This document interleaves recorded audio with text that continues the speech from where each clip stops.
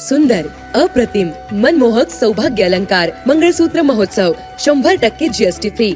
मयूर अलंकार, सराफ बाजार आणि गंगापूर रोड, नाशिक. ताज्या बातम्यांसाठी नाशिक न्यूजच्या YouTube चॅनलला सबस्क्राइब करा आणि बेल आयकॉनला प्रेस करा.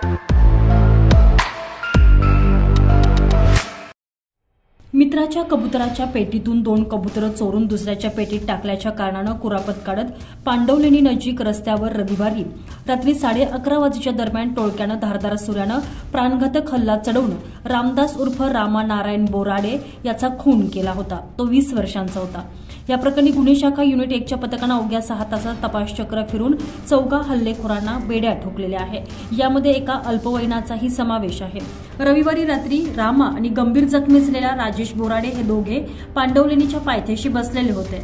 तेथे त्यांच्या ओळखीचे संशयित शौकत फरीद शेख, नौशाद सय्यद, नफीस उर्फ नफ्या रफिक सय्यद, कार्तिक रंगनाथ भडांगे, विजय सुनील माळेकर, रोहित चंद्रकांत पालवे, नितीन विठ्ठल घुगे आणि त्यांचा अल्पवयीन साथीदार त्या ठिकाणी आले. तेथे मद्यप्राशन करत एकमेकांची कुरापत काढत शिवीगाळ करून शाब्दिक वाद घालण्यास सुरुवात केली.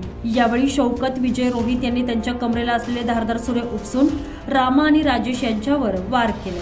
तसेच नफीस आणि नितीन यांनी त्यांच्या जवळच्या तलवारीनं रस्त्यावरील वाहनाच्या काचा फोडून दहशत माजवली होती. गंभीर दुखापत झाल्यानं रामा मृत्युमुखी पडला तर राजेश हा जखमी झाला. इंदिरानगर पोलीस ठाण्यात साहिल राजन सिंह यांच्या फिर्यादीवरून 8 जणांविरुद्ध इंदिरानगर पोलीस ठाण्यात खुनाचा गुन्हा दाखल करण्यात आलेला आहे. एका विधिसंघर्षित बालकासह संशयित आरोपी नफीस, शौकत, कार्तिक यांना बेड्या ठोकण्यात आलेल्या आहेत.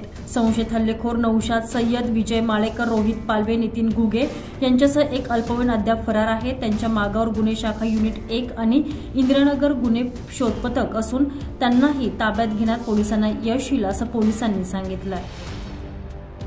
संजय परमार, नाशिक न्यूज, नाशिक.